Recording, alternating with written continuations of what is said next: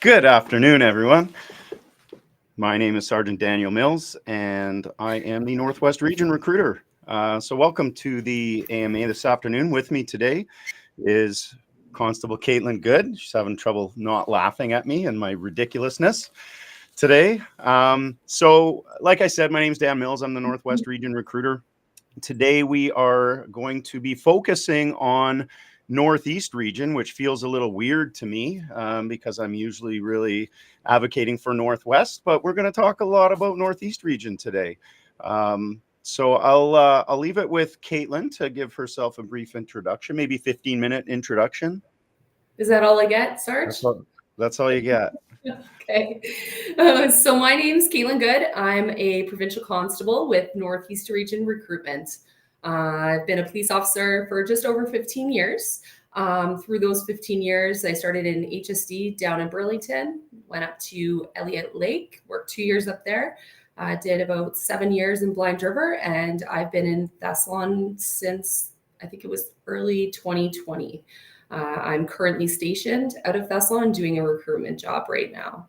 So in my 15 and a half years, I've been in 2 different regions, Northeast and HSD, and I've had the privilege to work at other detachments, such as going up to Kanchkum, doing one of our deployments up there in the Northwest region, as well as doing some takeovers of municipal police forces, such as Espanola and Sturgeon Falls in the Northeast region. Well, I feel inadequate now. That's quite a storied career. So Kaitlin and I have met before in person. We had the opportunity to travel to Winnipeg, Manitoba together to do a little bit of recruitment outreach there.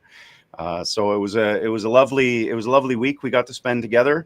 We got to know each other really well, and because there was a lot of driving that went on. So just let's talk a little bit about your HSD time. And before we start, like as we go through this, just so people are aware and I can kind of like set the table a little bit with people, like during our conversation, we're going to be talking about really good things in the Northeast region, really good things in the Northwest region, really good things in HSD, but we are highlighting Northeast region today. So if we do talk about HSD and maybe how Kaitlin prefers being in Northeast region, it is not any indication, any slam against HSD at all. The OPP in general, all over the province is fantastic, right? So I just want to kind of put that out there, just so people don't misinterpret anything that we're saying today in any way. So let's talk about your time in HSD. How did that go? I feel like I'm doing my podcast. Let's start with you came up to Northeast region when you went to school. Yeah, that's right. So I went to school to be a phys ed teacher. I went to Laurentian and I took the sports and physical education program. And I was thinking that was what I was going to go and pursue. My last year at university, I said, what the heck? You know what? My father was a police officer with a different police force. And I thought, you know what? It's always kind of been in the back of my head, and I've always said I don't want to do it, but now's my chance. You know what? I'm going to try. So I did all my testing, did an interview or submitted my application, did my interview, and I was successful in that. And I was put through in a class that went through the Provincial Police Academy in December. And I was very, very lucky because I got hired right out of university, which was great. I was from Burlington. That's where I grew up. That's where I did my high schooling, my elementary school. And going up to Sudbury, the Northeast region, I really enjoyed my time up there. I kind of fell in love with the campfires and plaid and slower pace of life. Yes.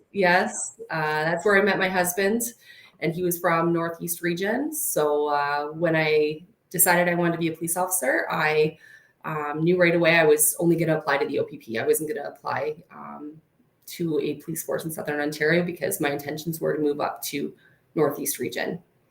So that brought me to my application. All the postings at the time, this was about 15 and a half years ago, my 6 postings that I wanted to go to, they were all in Northeast region.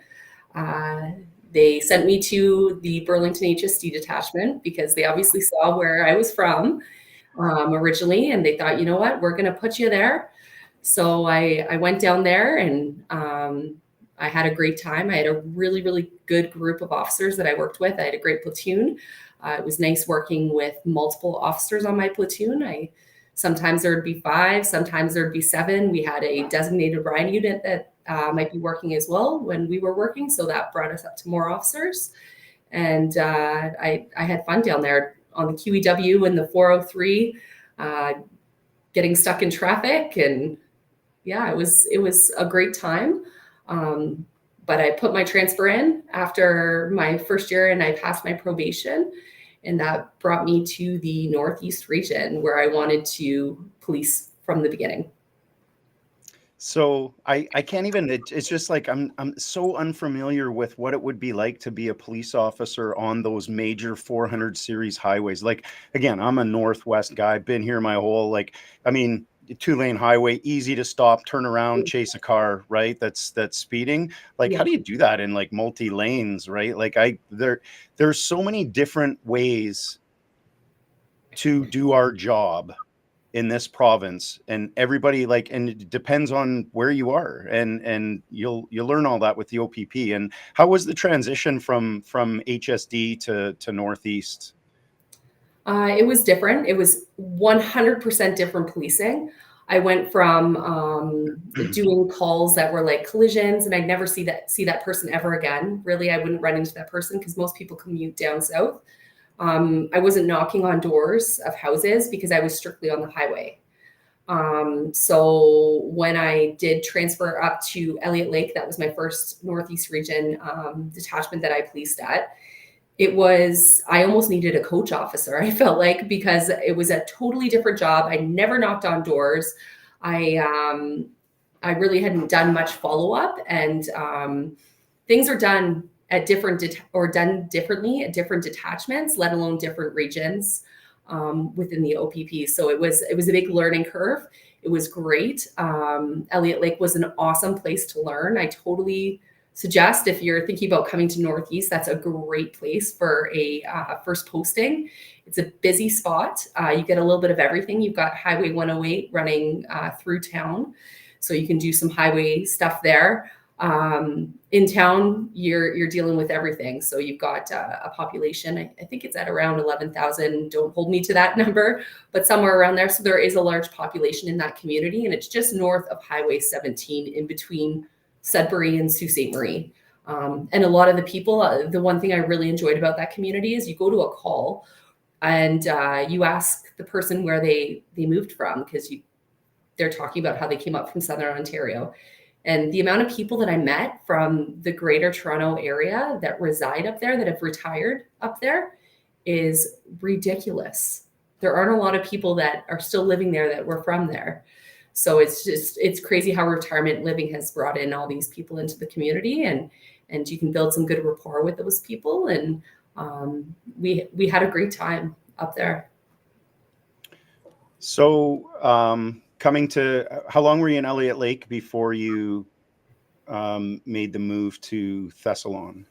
So I was in Elliot Lake. I worked on the road for a year. Throughout that time, I was on a mat leave too. So Right. After that 1 year, so I did a year of mat leave and a year on the road there. Awesome. Yeah. And now you're in Thessalon. Yeah. So I was 7 years in Blind River after Elliot Lake. And that was also, the thing about Northeast region, I don't know if Northwest region has the same thing, but we have clusters.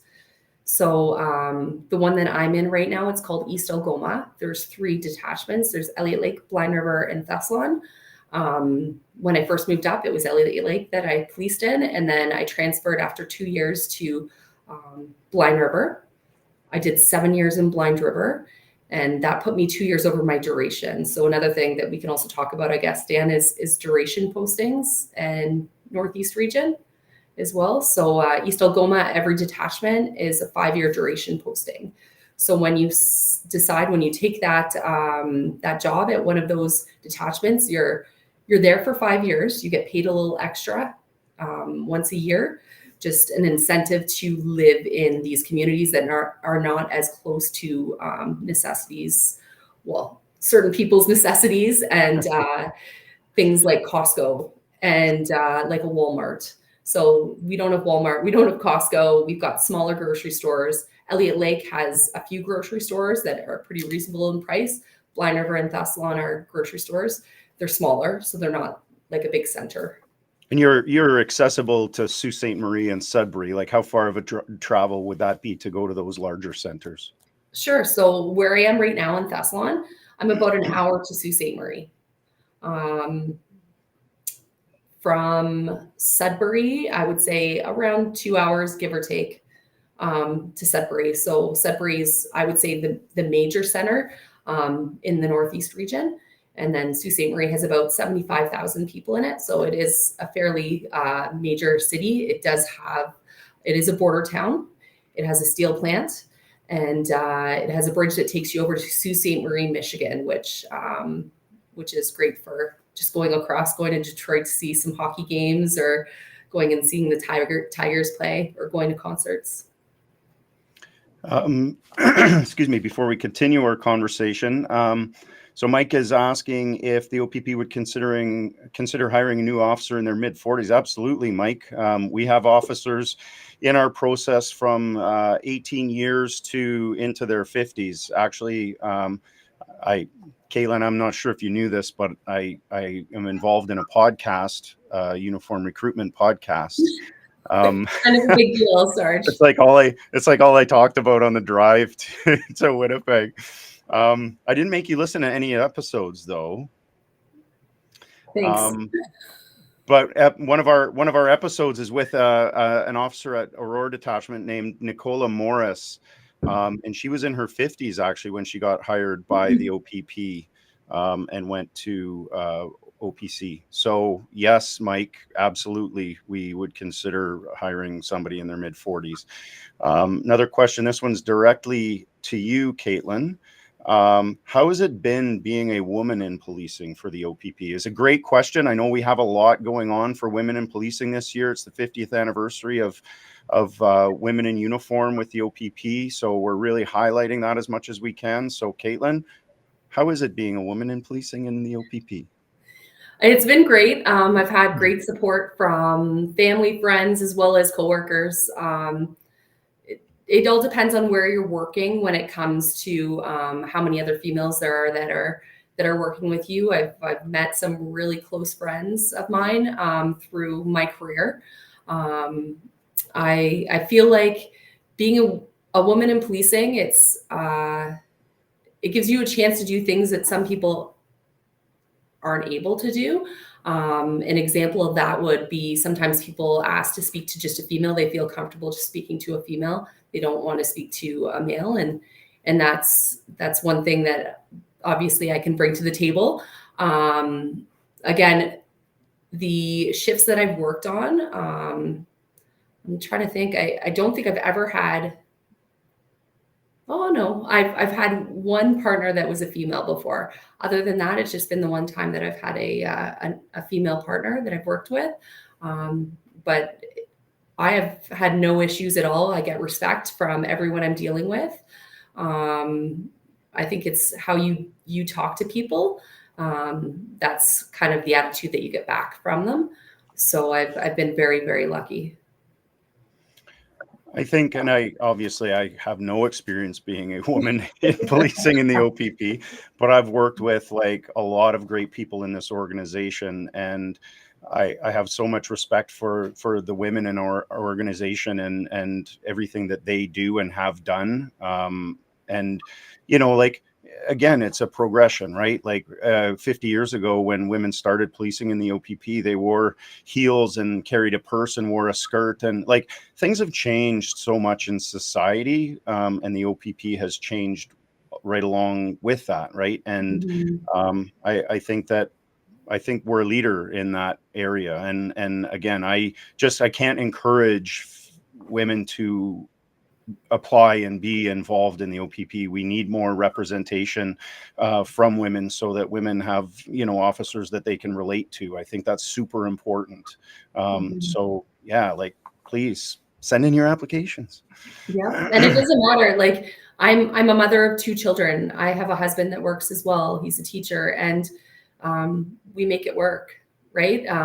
One of the benefits to working on the road as a police officer, as a parent, is that you sometimes, if you're working night shift, you will have the whole day. Although you have to sleep a little, you still have part of the day to get things done without kids around, which I really enjoy, that quiet time. That's kind of me time. So that's a huge benefit. But when it comes to maternity leaves, things like that, the OPP, they really do a good job in promoting parents, whether it's a parental leave or a mother or a maternity leave. They do a really good job at promoting and helping you out through that time. So it's been great. I've really enjoyed it, and yeah, that's about it. Nicole's asking about the process and how long it typically takes. You want to take this one? Yeah, so from application to like acceptance of an offer, I think on average we say like 3 to 6 months, Sarge, around there, give or take. It depends on when it is. If we're trying to fill classes, we're hiring over 100. We have over 100 seats at the Ontario Police College for each class, and there are now 4 classes a year. So again, we're trying to fill those spots as fast as possible. So yeah, we're filling 110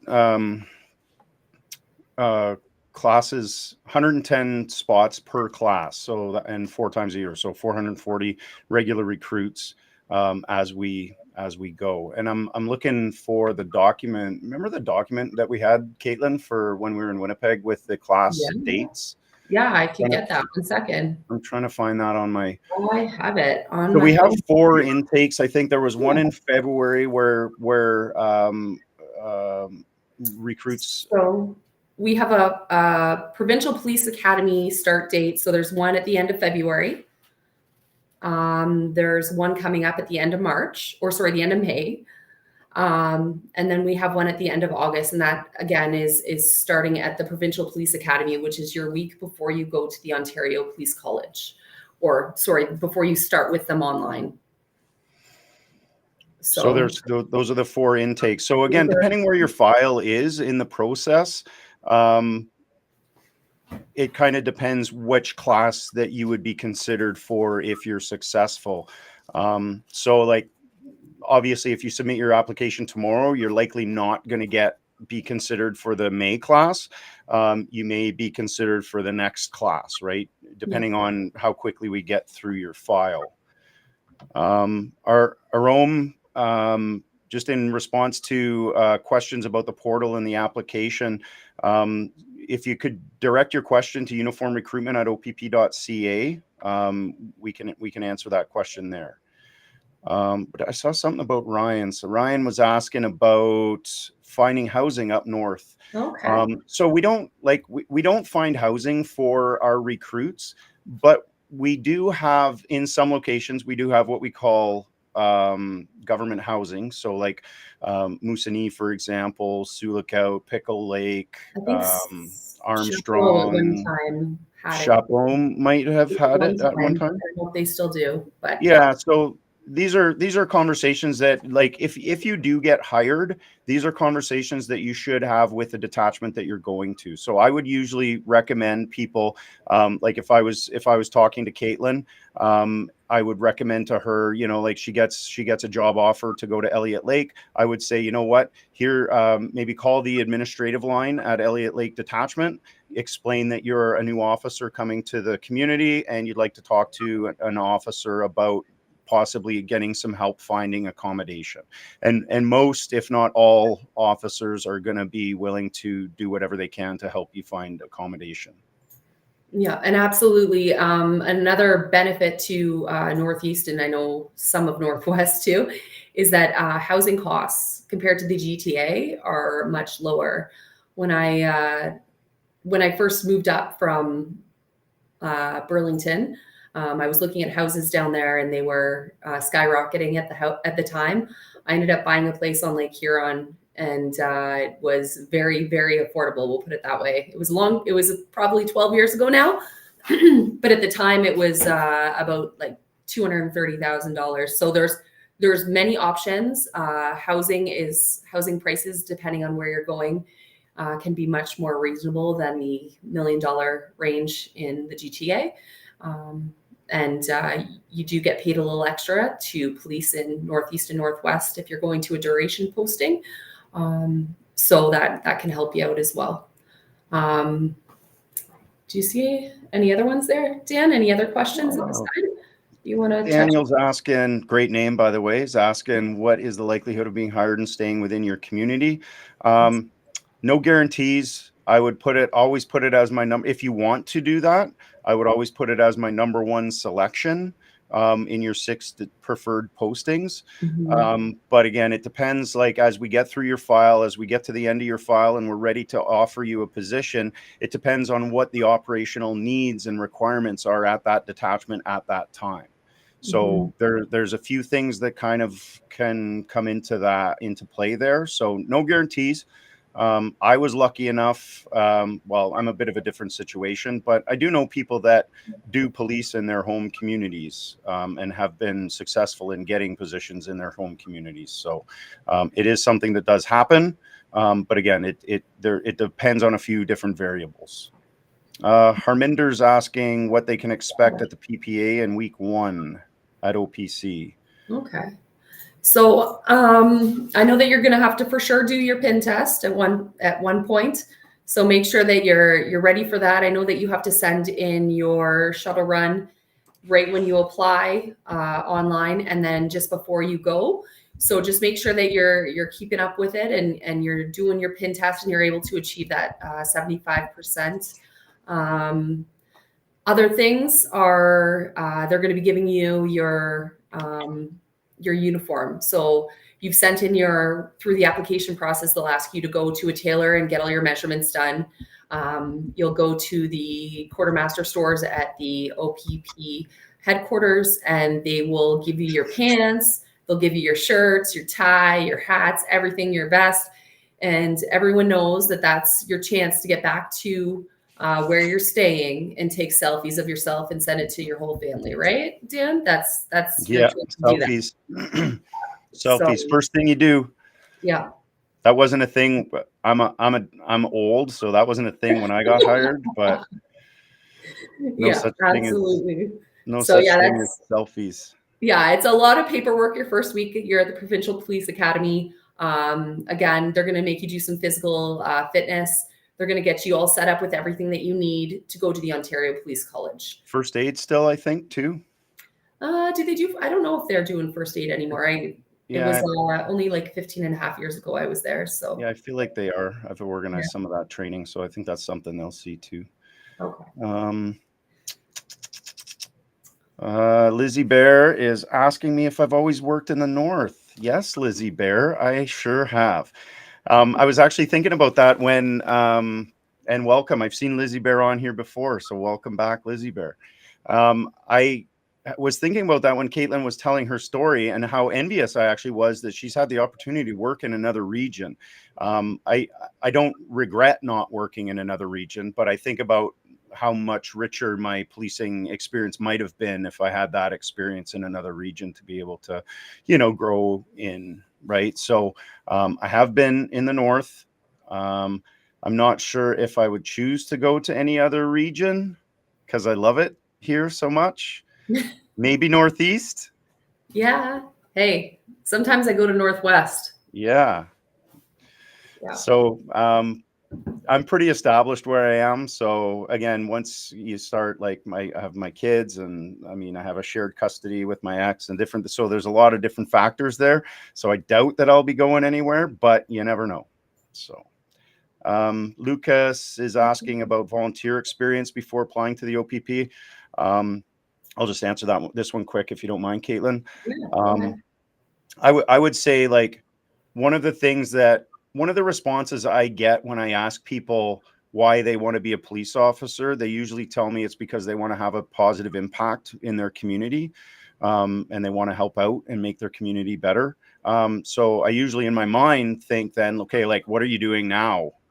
Why are you waiting to be a police officer to do that when there's so many different ways that you can do that right now without being a police officer? So if it's that important to you, then you should be doing something. So there's no minimum requirement per se, but any volunteer experience or any volunteer time that you do have definitely will strengthen your application, if that makes sense, hopefully. Good evening from Greece. Wow. What time is it in Greece? I don't even know. It's might be, is it the middle of the night or in the morning? I don't even know. That's awesome. We're international, Dan. We are, I guess. So So you see that one about the 18-year-old looking at getting into the OPP, William? yeah, He's posted this. give He wants to know William some advice. Yeah, he wants to know what courses could help him out and help him get in. Hey, William, I don't know. I'm assuming that you've just graduated high school. If you're 18, what we want to see is that you want to continue your learning. So, of course, minimums with the OPP is that you've graduated high school, you've got your diploma there. So anything on top of that is a plus. There's so many options. It doesn't have to be police college police foundations. It could be anything. You can continue your learning, doing some coaching courses or doing, there's police network courses. There's courses on the OPP website that you can do too. Some challenges that they've offered would be the bridge and is it inclusivity? Is that what the other one is? Inclusions Insights. Insights. Okay. So there's things that the OPP has. Again, you don't have to take university or college, but we do want to see that you're dedicated to learning, you're willing to learn, and we will be looking at your marks from high school as well. So make sure that you are on top of things, and if you do choose to do something after high school, that you really enjoy it, so that you do well at it, so that when we look at your marks, you've done a good job and you have higher marks in those courses. Because we wanted to just overall, we want to make sure that you can pass the Ontario Police College. And it's a lot of learning that's filled amongst 3 months, and it's all condensed. And if you don't have a background knowledge in policing, it can be overwhelming and a lot. I know when I came in, again, I had a phys ed background. I could run, I could do push-ups. Tell me to go run 10K, no problem. But I didn't know the difference. It's sad saying this, but I didn't know the difference between the criminal code and the Highway Traffic Act, really, because I didn't have that knowledge. And so it was a big learning curve for me, but everything is taught to you when you're at the police college, when you're at the Provincial Police Academy. They're great. They support you. They want you to succeed. There's a reason why they chose you. There's a reason why you were hired, and they will do anything to see you succeed in those, especially educationally. Okay, so I'm just going to top that up just by saying Kaitlin's exactly right in everything, and I will build on that and even go beyond it, saying that like she said, we don't need the police foundations necessarily, and whatever, like we hire accountants, we hire phys ed people, I'm a paramedic, right? Like we hire people with a variety of different educational backgrounds, and it's the learning that's important, right? And how much do you need or what do you have doesn't necessarily matter so much as that ability to learn and the desire to develop and grow as a person, right? So the one thing that I would say about police foundations or any like criminal justice courses or anything like that, those are helpful in they give you some background and knowledge about the job and the law and, you know, some relevant stuff in our career when you go to OPC. So it can be a little bit easier and less stressful for you in that area, right? Absolutely. So I just want to hit this one from Natalie, Kaitlin, and you can top me up when I'm done talking. Considering Northern Detachment after submitting my application, how is it in the North regarding childcare, high school, healthcare, and how diverse are detachments being a Black family? So great question. And this is part of, like, I think, from my perspective in Northeast, and I'm sure it's probably similar for you in Northwest, and probably similar for you in Northeast, Kaitlin, is you don't know what you don't know. And a lot of people from Southern Ontario or different areas of the country if they've never been to the Northeast region, Northwest region, they don't know what to expect. They don't know. Sometimes they think it's all tumbleweeds and snowbanks, right? Like, they don't know what to expect, right? And sometimes they think about these small communities that we have in our regions, and they don't know what they have to offer, right? So this is a great question to cover that. There is usually, you can find childcare. Sometimes, again, smaller communities, it might be a little bit more difficult, and it's a little bit more consideration. You might have to be a little bit patient with getting a spot in a childcare, but that's no different than actually in Thunder Bay, which is the largest center in Northwest region. Like, there's our daycares, just we constantly have these waiting lists that you're waiting on in a lot of cases at our daycares or childcares. Most all of our communities have high schools. All of our communities have healthcare. Even our fly-in communities up north, if they don't have a hospital, they have a nursing station that has most of the stuff that hospitals would be able to offer. Now, for specialty stuff, obviously, you're going to have to come to a central location. So either Kenora, Dryden, Thunder Bay, the larger centers in our community, and I'm sure it's probably similar in Northeast, the Sioux, North Bay, Sudbury. Yeah, would be the larger communities there. Absolutely. And jobs for spouses is another question that I get often about working in the North. Yeah, I take a job with the OPP, but what's my partner going to do? What's my spouse going to do? Right? There's lots of, like, our schools are always looking for teachers. Our hospitals and healthcare facilities are always looking for healthcare professionals. Right? There's always usually jobs that partners or spouses can get in the communities that our officers are working in. And as far as, like, diversity at our detachments, I think in the North, it's been a slower shift to having, like, more fulsome, diverse communities within our detachment membership. But I think, like, I would say even in the last 4 years, I've seen a huge change in our detachments in our region, especially as far as the diversity and kind of like more representation from more different cultures within those detachment areas. So I don't know if you want to speak to Northeast on that.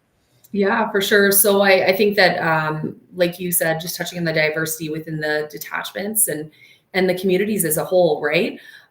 With the housing prices in, let's say, like the Ottawa region, the GTA, with the booming housing prices, you can afford to move to the Northeast and get yourself a home right away, that would have enough rooms for all your kids, and it would be a reasonable price. And when it comes to schools, in my community that I police, in Thessalon, there's one high school that all the kids in the area go to. So there's a bunch of small little communities in the area. I hear there's a good gym teacher there too. I heard there's a very good gym teacher there too. Yeah. Caitlin's husband. My husband. So yeah, there's a bunch of small little communities. Most of them have small community schools in them, so the elementary schools. And then when the kids get to grade 7 and 8, then they will take a bus and go to the high school. And then if you're not in the community that the high school's in, and then you would go to that school until grade 12's done, and then go off to wherever you choose to go to school after, if you choose to do that.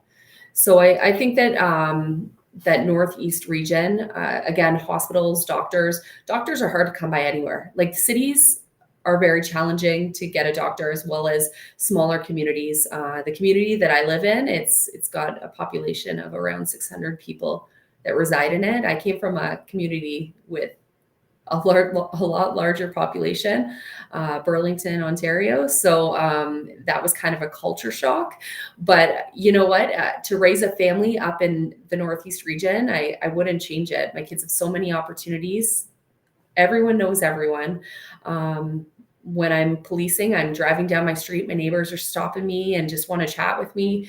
And there's just a big sense of community up here compared to in Southern Ontario, where it's a rat's race.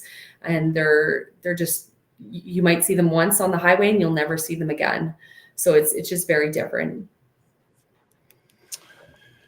And I think, like, to build on Caitlin's comments there, again, all of these things, I think that, like, Kaitlin is highlighting about Northeast region, I think that these are all reasons why our communities are becoming more and more diverse, because people are recognizing these things, and like, especially kind of like, even the housing stuff. I don't know how people do it in the GTA. I don't know how they can manage, a mortgage in the GTA myself, but that's just me.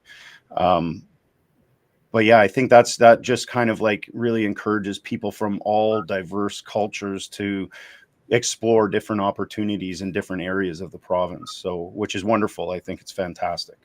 Do you see this about the cruiser Mike has? So I guess it depends on which detachment that you're at. So the question he has is, do you get assigned a cruiser or do you get to pick one? It depends on, I guess, seniority, we'll say sometimes, and it depends on your detachment that you're working out of. I know some people have specific ones they like to drive, and when they're working, that's the one they drive. But it just depends. Sometimes we get new cruisers. We just got I think it was like an F-150 up here in Blind River. We've got some Durangos. We've got a Tahoe. We've got some Chargers. So we have all different kinds of vehicles. And on top of that, we also have snowmobiles, ATVs, boats, because where I'm located in the Northeast region, it's is like the north part of Lake Huron. So we do have a lot of waterways that we do police, and sometimes you will get an opportunity to go out on the boat for the day, which is a lot of fun with one of our marine operators, and that's one of the courses that you also might get an opportunity to take as well, if that's something you're interested in. So Colton talks about submitting an application and being unsuccessful, told he can reapply, or told they can reapply in a year, and is looking for some advice.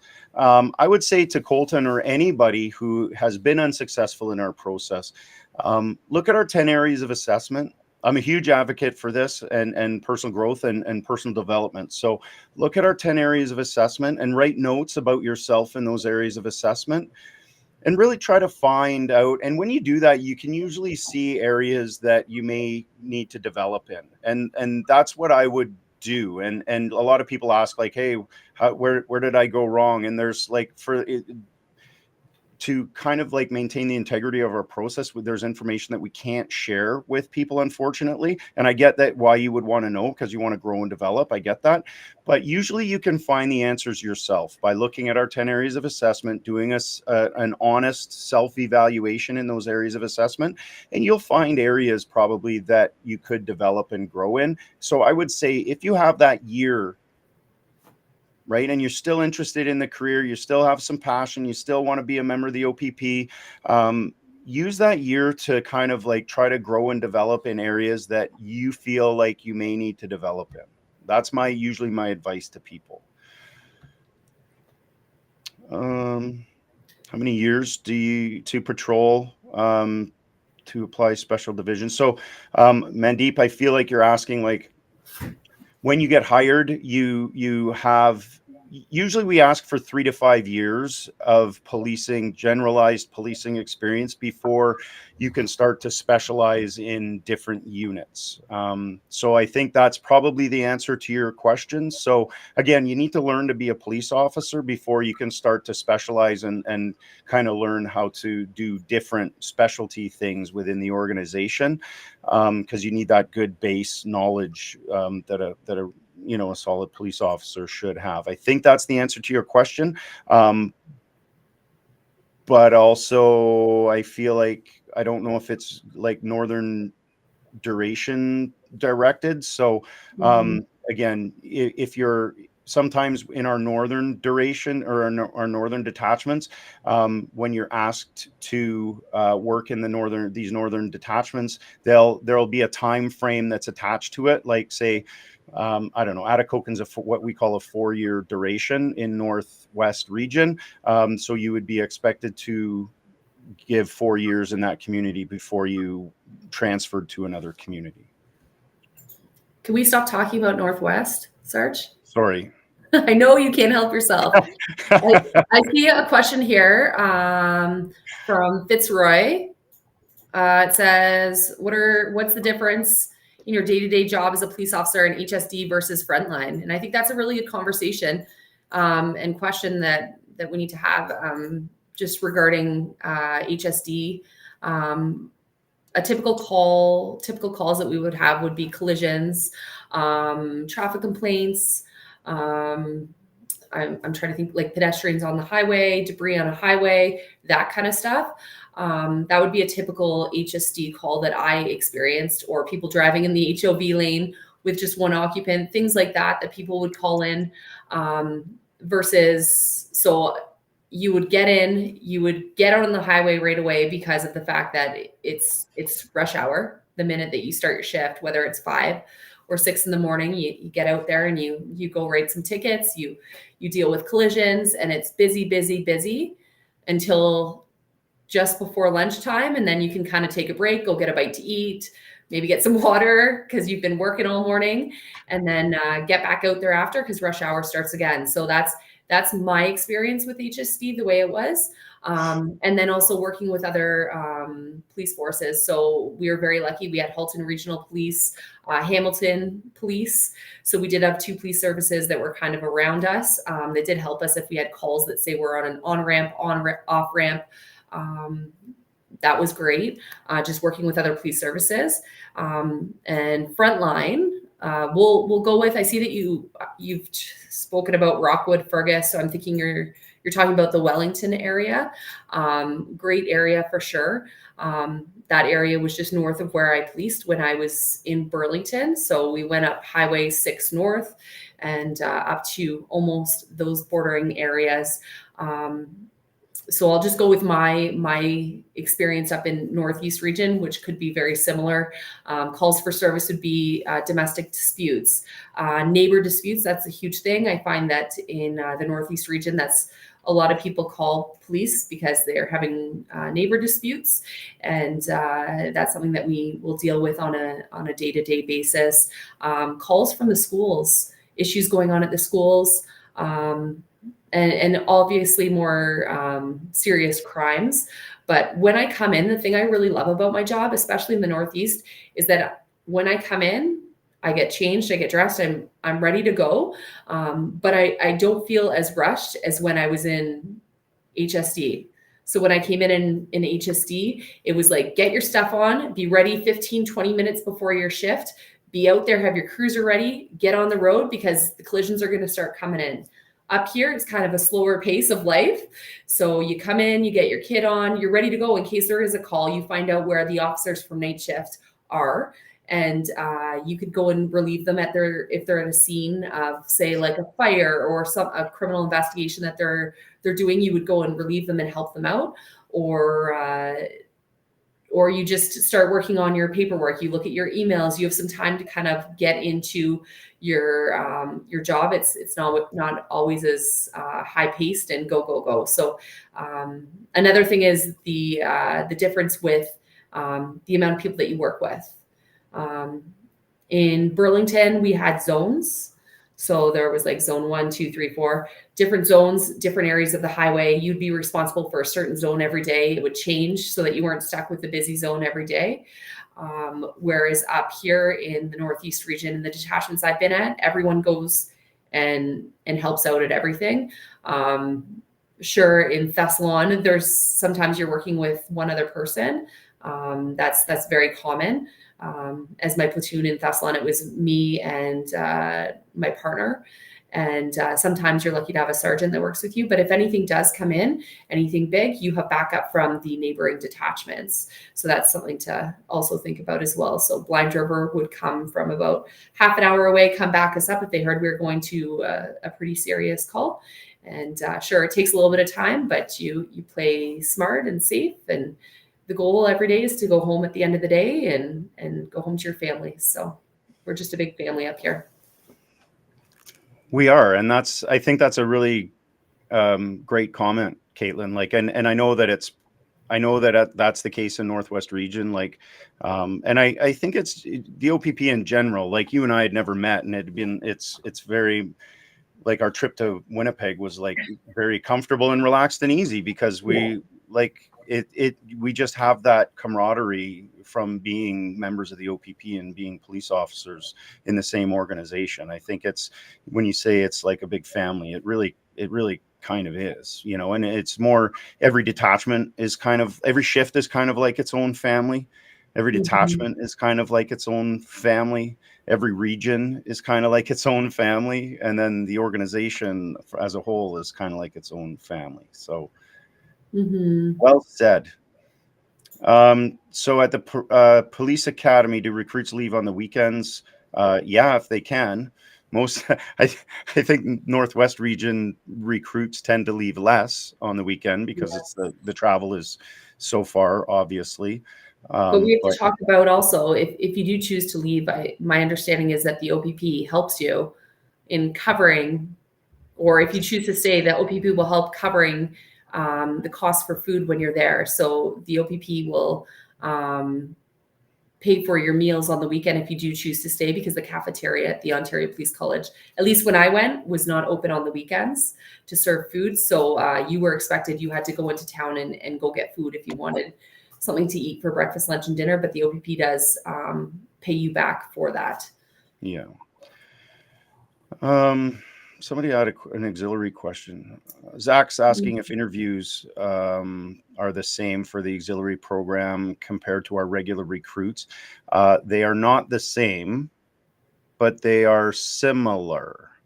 So I would say if you've done an auxiliary interview, then you probably have a reasonably good expectation of like what to expect. There is a little bit more, and we do have some questions regarding fitness. We'd have some questions regarding our essential competencies as well.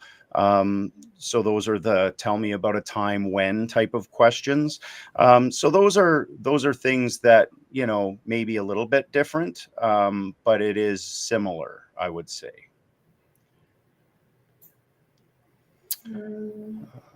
Oh, somebody else was asking about Mateus. Sorry if I butchered your name. Was also asking about the PBQ and the LFI and the tell me about a time questions. So yeah, I can't give you all the answers, unfortunately, but there may be a few that you might see. Awesome. I see Natalie. I don't know if you saw that other post that she made about thinking about coming up to the Northeast or Northwest from Toronto. And just to let you know, Natalie, when I was growing up, I thought the Holland Marsh was Northern Ontario. So it wasn't until I went to school in Sudbury, or a girlfriend of mine went to Laurentian University, and I said, oh, Sudbury, where's that? That I realized there's actually like a backside to the map. And that's kind of the start of the Northeast region. So you know what, time frame Northeast region to get from we'll say Sudbury to Toronto area, like you're looking at 4 hours around there, give or take, depending on where in Toronto you're going. So you are a day trip away. Like, you're not very far. If you really want to go to Vaughan Mills for the weekend, you could probably do it in a day. We'll put it that way if you're in the Sudbury area. So it's, with COVID, everything's kind of changed, work from home and Amazon and everything being purchased online. Everything's accessible in the Northeast region. And like I said, it's a big family. Everyone knows everyone. We all look out for each other. Well, most of us in the communities look out for each other, and I love it. I wouldn't change it. I still think about my days in Burlington, and I had a great time. But I'm very happy that I've had this experience and I've been able to come up to the Northeast region for sure. Okay, I'm gonna answer two quick ones here, and then I'll give you one, and then we'll wrap it up, if that's Awesome. okay. So Kevin's asking about the initial training, and how that works with duration, years, and so when you report to your detachment, that's when your duration starts. So after your initial training, once you report to your detachment, you're going to be working with a coach officer for a year, and then you're going to progress up through the constable ranks. But once you report and are assigned your coach officer, and you start working at your detachment, that's when you're going to start that your duration calendar is going to start. The other one I was going to answer was complete. Where did it go? Here, completed college degree back in 2017. Currently, have PR status. How can I apply? So I think it's important that we explain to people how they can apply if they're not in the process already. So if you go to our website, opp.ca, to our careers page /careers, opp.ca/careers. If you go to that website, you can navigate through that website, and there's all kinds of recruitment oriented information. Like I imagine you probably are aware, if you're on this AMA today, of that website. But on the website, you'll see you'll be able to navigate to submitting an application. There's a link there that's going to take you to a government website landing page where you're going to create an account, and you'll have a password. So only you will have access to that. When you log in, you'll be able to connect to our online application portal. And you can fill out the application at your leisure. You can log out, come back in, make sure you save it, log out, come back in, continue working on it. So there's no timing that's associated with it. You can take your time. We understand that it takes time to kind of collect information and stuff like that. And then when you submit it, we will have access through the miracles of technology through the backside of that portal, and we'll be able to see all your information, and then work on our side of your application. So that's how you would submit your application to the OPP. So you're going to have to create an account. You'll have a password that only you know. You'll then have access to the online application portal, fill it out at your leisure. It'll tell you you're 50% complete, you're 70% complete. And then when you're 100% complete, submit it, and then we will have access to it. And then we will be able to process that application. Anything catching your eye, Kaitlin? So, Sarge, remember when we were in Winnipeg? Yeah. Before we went to the Chris Stapleton concert? Yeah, I was going to ask you what your favorite part of Winnipeg was, other than talking to all the wonderful people in Manitoba. You know what? That was a blast. But I have to say the highlight might have been, other than riding in a car for 8 hours with you when I've never met you before. We'll say it was the Chris Stapleton concert that we went to. It just happened. He happened to be in town when we were there doing an event. So we were very lucky to get some, or the Sarge was very lucky to get some tickets for us to go and see Chris Stapleton. But do you remember before we went to the Chris Stapleton concert and we went out for dinner somewhere, and there was a server that was very much on her toes, and she was all over. She was a All over great me. waitress. She had Like some attitude. comments, and I Yeah. was really appreciating it. And I said to you, you know what? I was a beer cart girl. I was a hostess. I was a waitress. Those are the kinds of jobs that I did leading up to the policing career. And I saw that there was a comment here. Somebody had commented on the side. I just looked at it quickly, and they said something about, will being a bartender affect me being, I don't even know where it was, something about having a past job as a bartender. Will that affect me applying?